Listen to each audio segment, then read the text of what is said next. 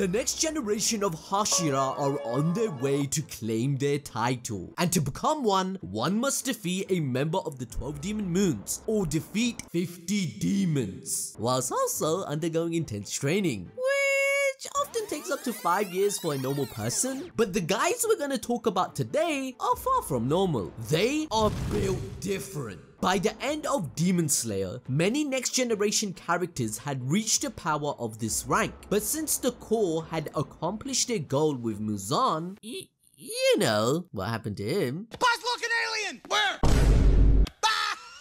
But that doesn't mean they were not Hashira. So to begin this list, we have the Sun Hashira, Tanjiro. My guy may have only been in the business for a couple of years, but that was enough time to end everyone's career. From the very get-go, he was saved by the current water Hashira. Gyu saw the potential Tanjiro had, and thus sent him to train with his old sensei Urakadaki. However, this is when everyone learned that Tanjiro was blessed with main character energy. Everything he has is linked with his destiny. The earrings, the mark, and most importantly, the big black sword that can penetrate anything, right? I think that's a bit dodgy, mate. But speaking of important, Tanjiro possesses a unique ability of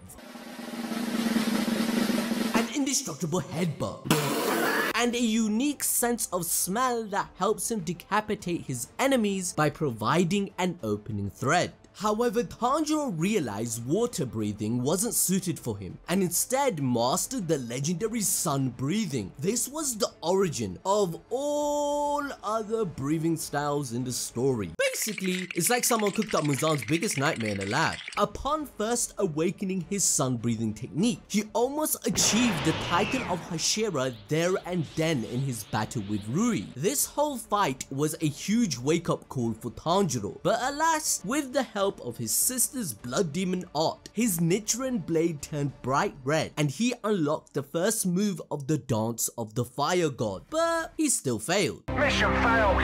We'll get him next time. Before Tanjiro could decapitate him, Rui already did the job himself with his webbing, saving his life. Not for long though, as my guy Gyu slapped him up. After this humbling, he learned total concentration breathing constant, which is basically just like total concentration breathing, except that you have to be able to maintain it all day. Hence, come on guys, hence the name, right? This technique is a must-have for any demon slayer that dreams to reach the level of the Hashira. Rengoku states it's the first step of becoming one, as by learning this, it gives you a huge increase in overall speed, strength, and stamina. Remember when Rengoku even managed to chase after a demon traveling at inhumane speeds? Some of you even think the speed of light using this bloody technique, mate. Cap. But in the hands of someone skilled enough, it is also capable of clotting wounds from severe trauma and reducing toxin circulation in the bloodstream, something Tanjiro managed to achieve. This meant that in those 10 days of training, Tanjiro achieved more than he had done in all his other training combined, leading him to impressing another Hashira, Rengoku. This guy is one of the most respected of the lot, and so Tanjiro and Inosuke together defeating the new Lower Moon 1 in the Mugen Train arc was a massive feat for him. But this wasn't enough for Tanjiro. By this point, he started to get a taste of what being a true badass meant. Thus, he went on to achieve his biggest, most Hashira-worthy feat so far, defeating an Upper Moon. Alongside the Sound Hashira, Tanjiro was able to decapitate Gyotaro, the Upper Moon 6. The battle was so intense that Tengen decided he'd had enough and he straight up retired, bruh, just to spend time with his bitches instead. But guys, can we really blame him for hotties like that? You know what I'm saying? Furthermore, Tengen declared that Tanjiro had reached a point where if chosen, he could replace him as Hashira, something Gyu also believed. But most importantly, this victory was so impressive that it shifted the tide of battle in the Demon Slayer's favor, something that hadn't been done in 100 years. However, even if you think that doesn't really count, or that was a fluke, look no further than the Swordsmith Village arc where Tanjiro faced off against Upper Moon 4, Hatengu. This was only possible thanks to the immense training he did with Yoriichi Type 0, a sparring doll based on the legendary samurai himself, with more than 108 different moves, easily surpassing the capabilities of most humans. It is by far the closest thing to Yoriichi in the modern era besides Tanjiro himself. He practiced without any food or water for an entire week, to the point where he began to drift into the afterlife before learning a new skill. That skill being an improved version of his opening thread technique. Tanjiro mastered the ability to predicate his opponent's movements using the tightening of their muscles. In doing so, he was able to quickly destroy the doll and get a new sword. This wasn't just any sword though, it was Yoriichi's very own black blade. However, he didn't even need that to defeat Hatengu, by the way, as by copying Zenitsu's thunder breathing technique, he sensed the real body was hiding in the heart of the fake and killed him. And now, after recovering from the injuries he sustained in this battle, he moved on to his final training montage, the Hashira training. All Demon Slayers were thrown into direct training with the Hashira in order to reach their level. Each stage focuses on a different skill, be it strength, flexibility, durability, and more. And whilst most NPCs in the story find the training methods to be a living hell, Tanjiro can't get enough of it. A shame that the same can't be said for, you know, Zenitsu. I am having a very bad day. By training with each Hashira, their most notable piece of skill would be passed on to each Demon Slayer. Tengen focused specifically on stamina, which took Tanjiro 10 days to pass, even though his body was still recovering slightly. Following this was Muchiro's stage, where one would master the ability to transition their muscles from relaxed to tense perfectly, increasing overall movement speed and stamina even more than it already was, something Tanjiro completed in just 5 days. The third stage was to improve their flexibility through brute force with Mitsuri before training with Obanai the Serpent Hashira. Here they worked on the accuracy and fluidity of their strikes, carefully avoiding the NPCs tied up in the dojo whilst landing a winning blow onto the Hashira, something Tanjiro achieved in just 4 days. Which brings us nicely onto the most grueling task so far, Sanemi's infinite pounding. Despite being what was viewed as a simple striking exercise, there would be no rest in between, meaning the only rest you got was reaching the point of, I don't know, just vomiting blood and passing out. However, the training was soon called off, much to Zenitsu's joy, when Tanjiro and Sanemi got into a little scrap that lasted until the early hours of the morning. He managed to stop a full-on attack from Sanemi with the intention of hurting Tanjiro beyond the point of recovery. The fact that Tanjiro was able to go toe-to-toe with him physically means he did more than enough to pass the test and move on to the Stone Hashira Gyome. All that had to be done to pass this final test was to carry, I don't know, 3 thick heavy logs, stand under a freezing cold waterfall and push a boulder. I'm just saying, 356 feet by the way. However, arguably the most important lesson of them all was also taught here. A lot of you probably didn't notice, but Gyome told them all to chant a Nenbutsu, and although it's explained at first as being to heighten your concentration, the real reason for this chant is to learn the ability to use repetitive motion to actually move the boulder, which Inosuke achieves. Repetitive motion mimics the effects of total concentration breathing, increasing one's physical power to a frightening extent. and this can also be combined with total concentration to rival upper rank demons. This ability is what allows Gyome to fight them in the first place, and even fight Muzan on his own. So realistically, at this point, Tanjiro was beyond a normal Hashira, even if it wasn't straight up declared to readers. This is proved when he outperformed Gyu against Akaza and had the 4 things he needed to defeat Muzan once and for all. Those were total concentration breathing, sun breathing, the red blade, and most importantly, his Demon Slayer mark. Tanjiro's mark manifested as he was the closest person there was to inherit Yorichi's will. I mean, come on, wasn't it obvious? Just look at them. They're the same picture. Think about it. Tanjiro has an unbreakable resolve to carry out Yorichi's goal to kill Muzan, even as early as his fight against Enmu and his dream demon arc. Tanjiro continuously committed seppuku to escape his trap until he eventually kicked his ass, showcasing the lengths he could go in order to win. This shared determination, paired with the Demon Slayer mark, made Tanjiro one of the strongest Demon Slayers out there.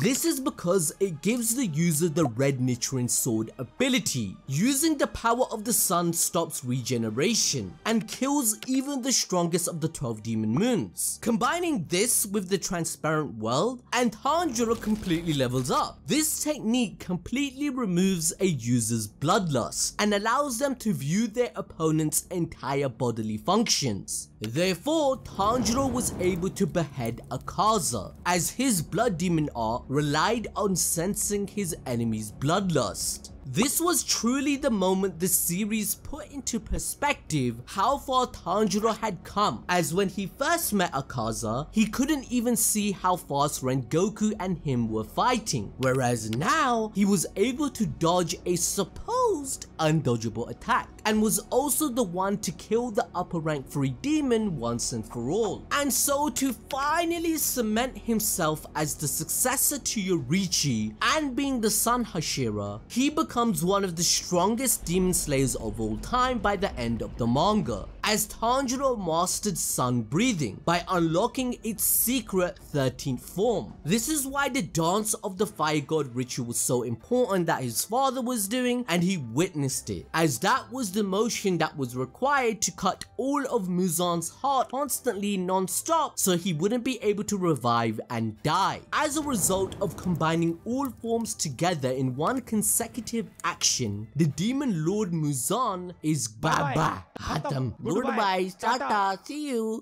But another character that far exceeds that of an average human is of course Inosuke, who also showed the strength to be called the Beast Hashira. His main feat is not what you'd expect, but it's his breathing style. As he was not taught it, he invented it.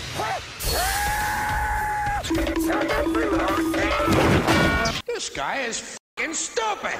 Yup, the same guy that can never pronounce Tanjiro's name right. Well, kind of like me, I could pronounce Japanese words. Oh, it's Inosuke me. But look, he isn't the sharpest tool in the shed. He invented a breathing style that puts him in the ranks of Shinobu, Obanai, Mitsuri, Kokushobo, and of course Yorichi. And you don't need me to tell you that you're pretty smart. You've noticed that all of them are Hashira. Much like Tanjiro and Zenitsu, Inosuke has a unique ability where he can sense someone's hostile intent.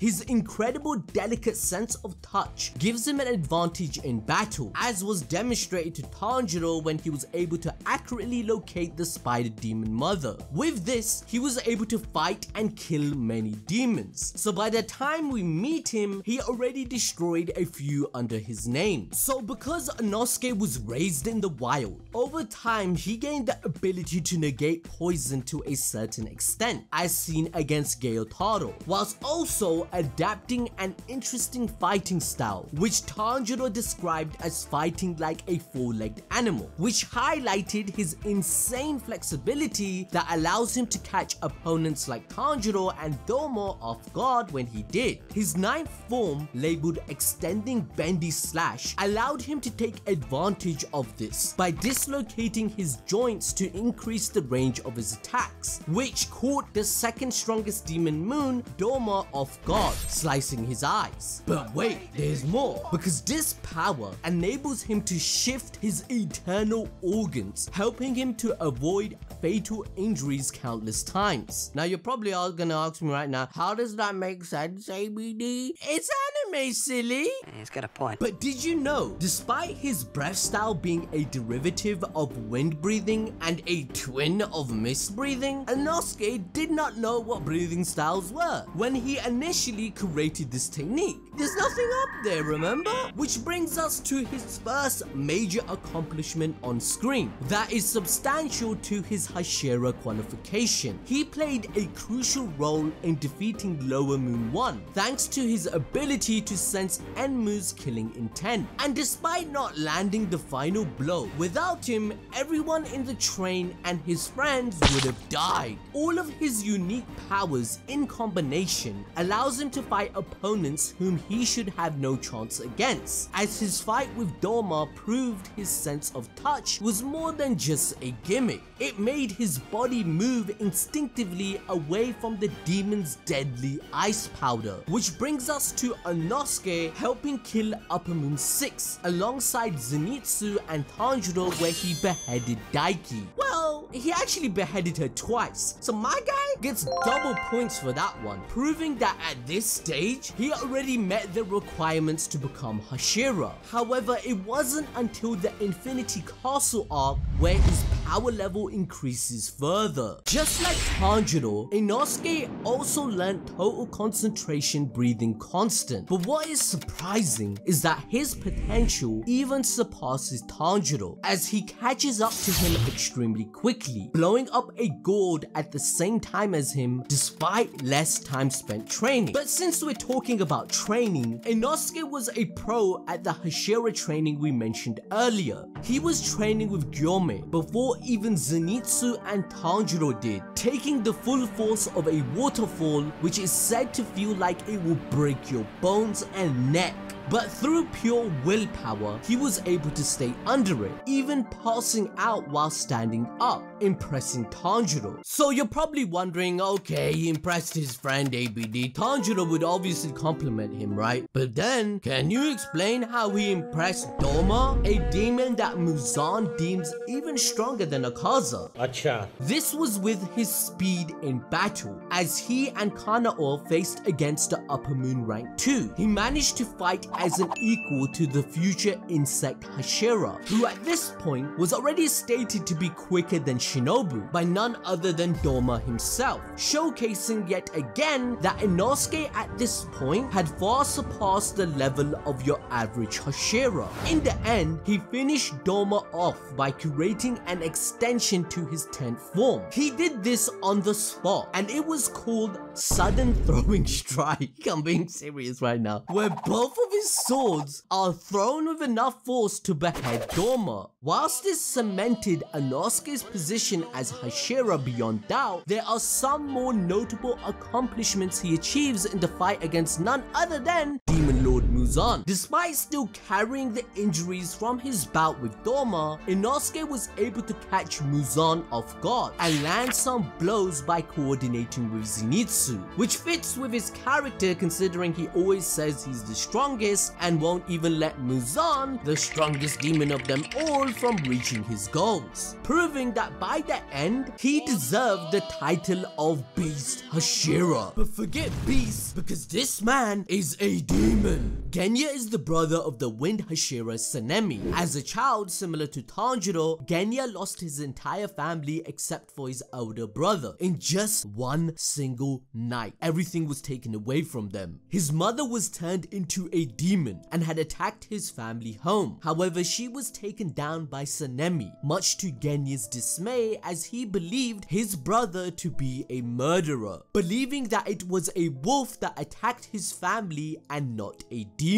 Years later, learning about the true fate of his family, Genya strived to become a Hashira to ask forgiveness from his brother, only to be shot down by him multiple times. He was even angry at Tanjiro because he thought he wanted to beat the Upper Moon Demon to become a Hashira and take Genya's spot. But what sets Genya apart from the rest of his next gen Hashira counterparts is that he is the Breathless. This is because he doesn't have any form of breathing technique in his arsenal. Now you might be wondering, how can Genya keep up with the likes of the current Hashira if he didn't even use a breathing technique? Well, apart from being an expert marksman using a little double-barreled shotgun, which shares the attributes of a Nichiren sword, Genya also uses a short katana, which implied he was decently proficient in slaying demons. How else would he have passed the exam in the first season, right? Genya also mastered repetitive action due to him not being able to use breathing techniques. This was taught to him by Guillaume, who, did you know, was also Genya's stepdad, as revealed to us in Demon Slayer's databook. Come on guys, that's a cool fact you didn't know. That deserves a like and you hitting the notification bell, come on, am I right? Repetitive action is done by repeating a phrase, as in Genya's case, the Amida Sutra. The repetitive action helps him focus and makes his mind as strong as steel, in a similar vein to total concentration breathing. Now, unlike other demon slayers, Genya has a unique digestive system that allows him to digest demonic flesh, pushing the limits of his abilities even further in doing so. The higher the rank of the demon, the stronger he becomes by consuming their flesh. It's that simple. It also makes him somewhat immortal, as he can regenerate like a demon too, just not as fast as seen when he ate the hair of the Upper Moon rank 1 Kokushibo. He was able to heal from being cut in half, which no other demon slayer can do. Yeah, I'm looking at you, Rengoku. F in the chat.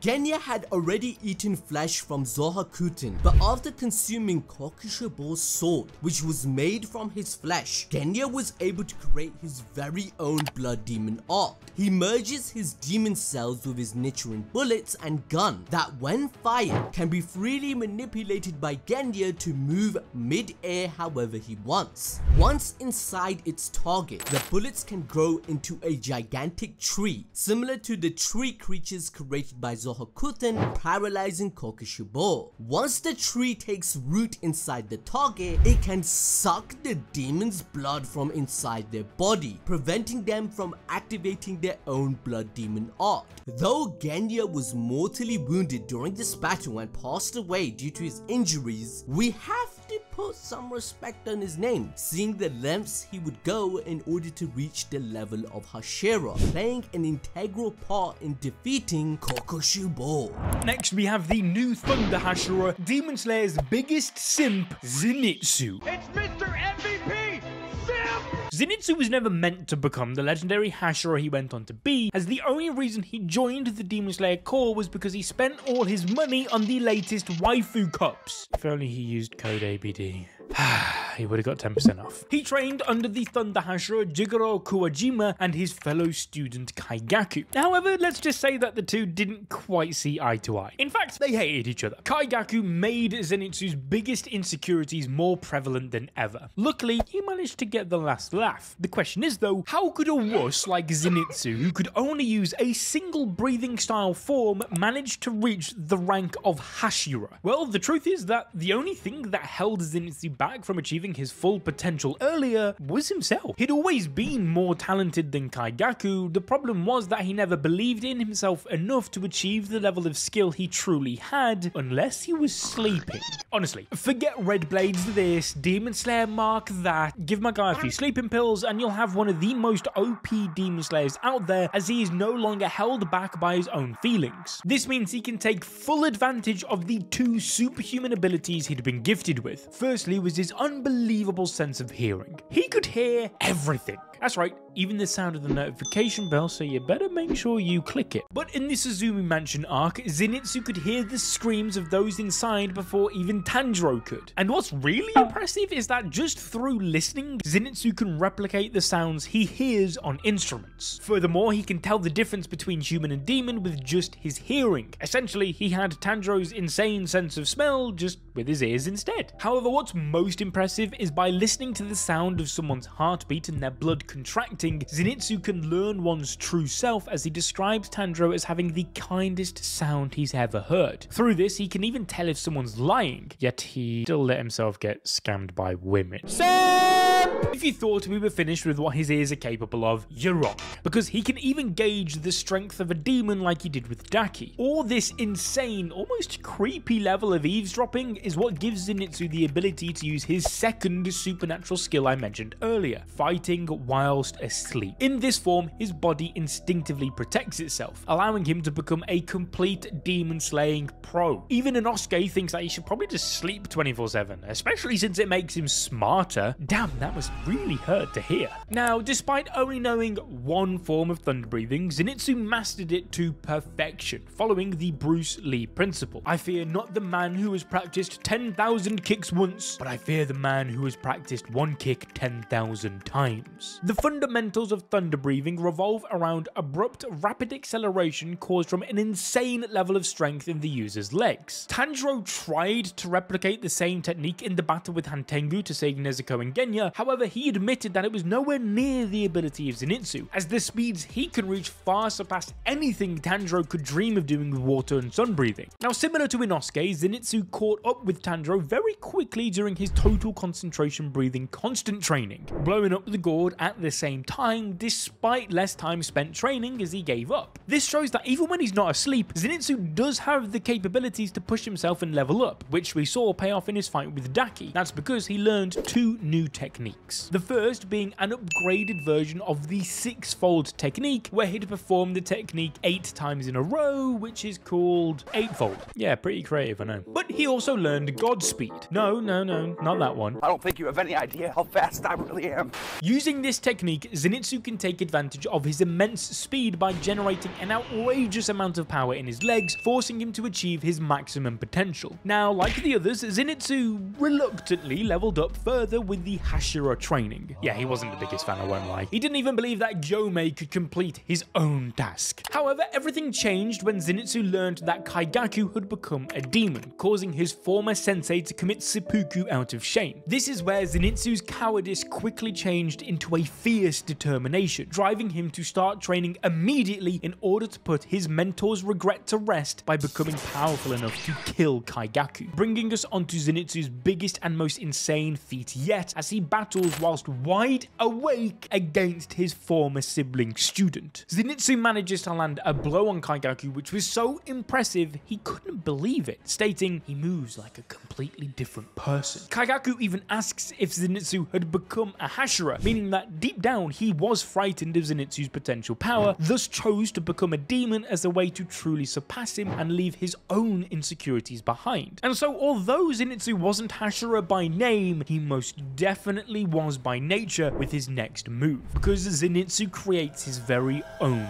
form, the Flaming Thunder God. This is more significant than you might realize, because outside of the Hashira, no one has ever invented a brand new breathing technique. Even Gyu is the only known member of the Hashira to have done this, putting into perspective how rare this feat truly is. And so this put the final nail in the coffin of Kaigaku, cementing Zenitsu's place amongst the very best, which he went on to prove again against Muzan, despite still carrying his injuries from fighting the upper rank 6. To put into perspective how far he has come, when Zenitsu first learned Godspeed, he could only use it twice before risking a terrible injury. But against Muzan, he spammed that shit like it was nobody's business alongside his own 7th form of thunder breathing. But what's really crazy is that he was putting the heat on Muzan without the heat. And what I mean by this is that he had no red blade to give his katana the properties needed to stop Muzan's regeneration, nor did he possess the Demon Slayer mark. If he did, it really would have been GG for Muzan a lot earlier. Oh, and we are forgetting one more feat. He thunderclapped Nezuko. Next up, we have Kanao Tsuyuri, the future flower Hashira and the wife of Tanjiro Kamado. Due to her tragic past where her and her siblings would get beaten up as a child for showing any emotions, she grew up without them. She was then rescued and taken into adoption by the flower Hashira at the time, Kane Kocho, and her sister Shinobu. Kane loved her adoptive sister and was always kind to her. When she realized Kanao could not make any decisions as she was always scared of being beaten up, she gave her a coin to toss and make her decisions for her. The situation was so bad that every response of hers was mechanical based. When Kane died from her injuries after fighting Doma, the upper rank 2 demon, she shed no tears. She felt absolutely nothing, but what hit her even more was that no one actually blamed her for her emotionless behavior. In fact, she was embraced as part of the Kocho family. After Shinobu became the insect Hashira, she took in Kanao as her successor and began training her. Thus, she had already completed the total concentration breathing constant training Tanjiro, Inosuke, and Zenitsu were going to do, being levels above them at the time. She was the one that set the bar they had to surpass. After the events on Mount Nataguma where Kanao hospitalized Tanjiro, the two began to bond. Their relationship grew to a point that Tanjiro was able to push Kanao to just follow her heart rather than limiting herself through a coin flip based decision. Now, when Muzan attacked the Ubuyashiki residence and engulfed the entire area into his infinity castle, Kanao found herself face to face against a demon who was in the middle of devouring Shinobu, thus killing her. And of course, it turned out to be none other than Doma. Yet, the same demon that killed this bitch is now killing this one and wants to now kill that one to complete the hat trick. He's out of line, but he's right.